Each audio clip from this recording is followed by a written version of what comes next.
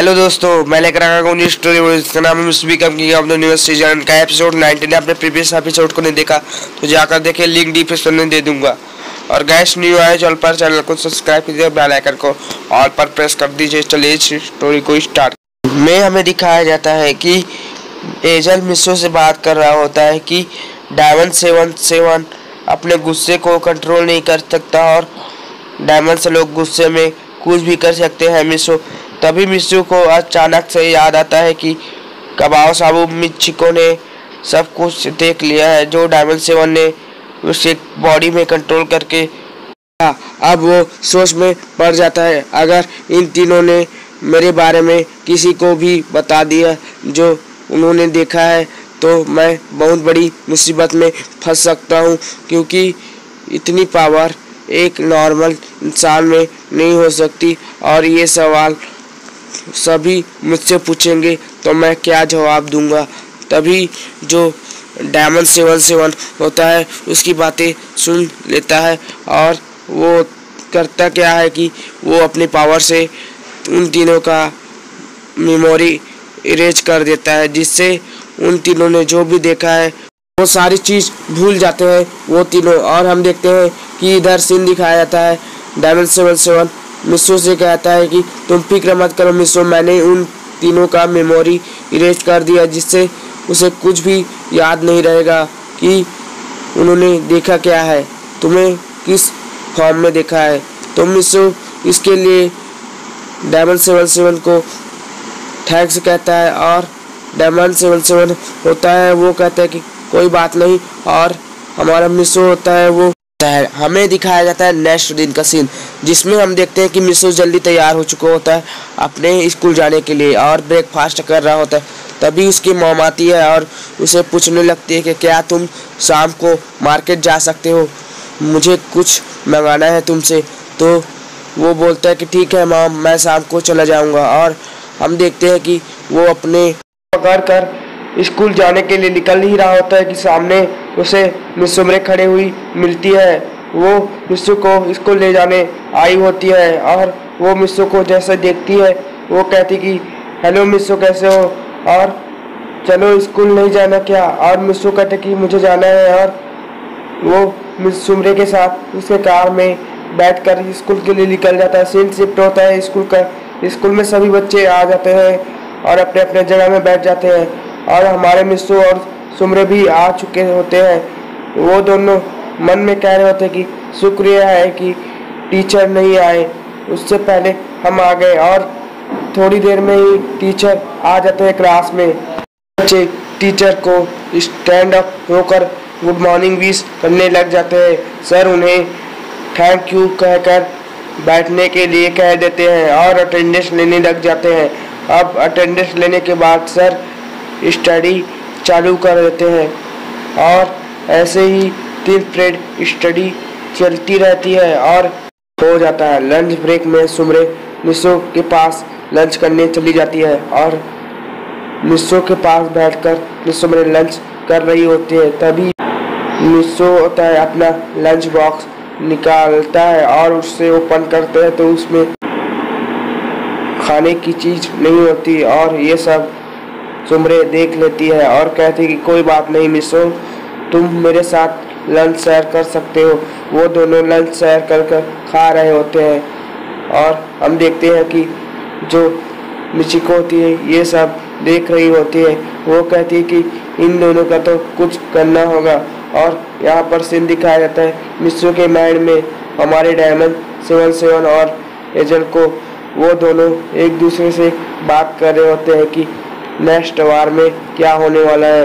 तभी वो एक स्क्रीन में देखते हैं कि जो मिचिको नाम की लड़की है उनके होस्ट यानी कि हमारे मिस्सो और सुमरे को अलग करने की प्लान बना रही थी। तो ये सब देखकर एजल और डायमंड 77 एक दूसरे से कहते कि हम ऐसा होने नहीं देंगे, हम मिस्सो को बता देंगे। और वो मिस्सो के माइंड में मिस्सो से कहते हैं कि मिस्सो मिचिको नाम की लड़की से बचकर रहना, क्योंकि वो तुम दोनों को अलग करने का प्लान बना रही है, तुम्हारे जीएफ और तुमको। तो मिस्सो कहते हैं कि ठीक है। उन दोनों से कहता है कि क्या मैं ये सारी बातें सुमरे को बता सकता हूँ पहले से ही, ताकि वो मिचिको की प्लानिंग और मिचिको से बच कर रह सके, तभी वो दोनों कहते कि नहीं, अभी वो यहाँ पर मौजूद है, अगर उसने सुन लिया तो वो अपना प्लान चेंज कर सकती है, इसलिए अभी नहीं, तुम इसे बाद में बता देना।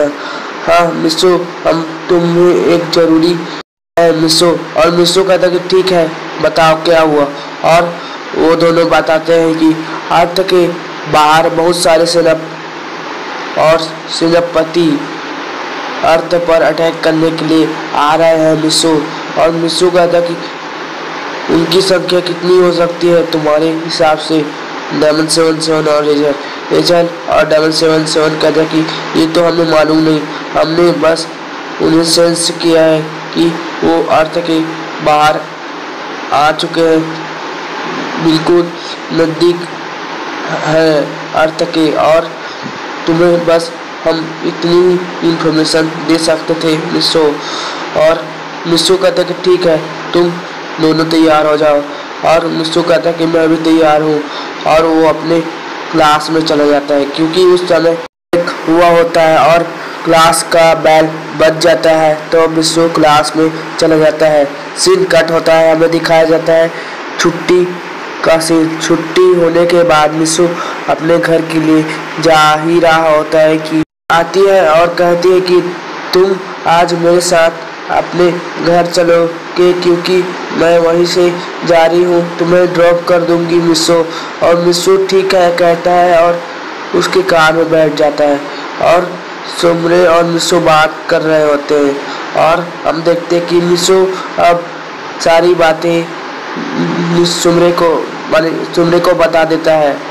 और सुमरे कहती कि तो ऐसा बात है, मैं उस मिचिको को छोड़ूंगी नहीं, तुम मुझसे अलग करने की कोशिश करेगी, मैं कल उसे देख लूँगी।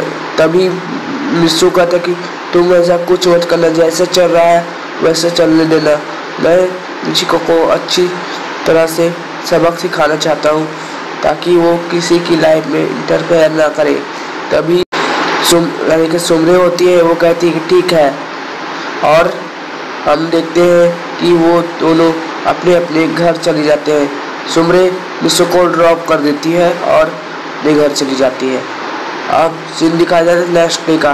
नेक्स्ट डे भी मिसो जल्दी से उठ जाता है और ब्रेकफास्ट कर स्कूल के लिए निकल जाता है। और स्कूल जाते वक्त उसे सुमरे मिल जाती है। सुमरे कहती कि आओ मेरे कार में बैठ जाओ, और वो उसके कार में बैठकर स्कूल चले जाता है। वो दोनों एक दूसरे से बात कर रहे होते हैं, और मिसो कहता है कि कल जो मैंने बताया था तुम्हें याद है ना सुमरे। सुमरे कहती कि हाँ मुझे याद है मिसो, वो अपना प्लान में कभी भी सफल नहीं हो पाएगी। और सीन कट होता है, हमें दिखाया जाता है क्लास में मिसो और सुमरे एंट्री मारते हैं और अपने बेंच में बैठ जाते हैं। यहाँ पर हमारी मिचिको फुल प्लानिंग के साथ स्कूल आई होती है कि कैसे सुमरे और मिसो को वो अलग करेगी, लेकिन उसे क्या पता कि हमारे मिसो और सुमरे को पहले से पता था। मिचिको फुल प्लानिंग के साथ उन दोनों को अलग करने की कोशिश करेगी।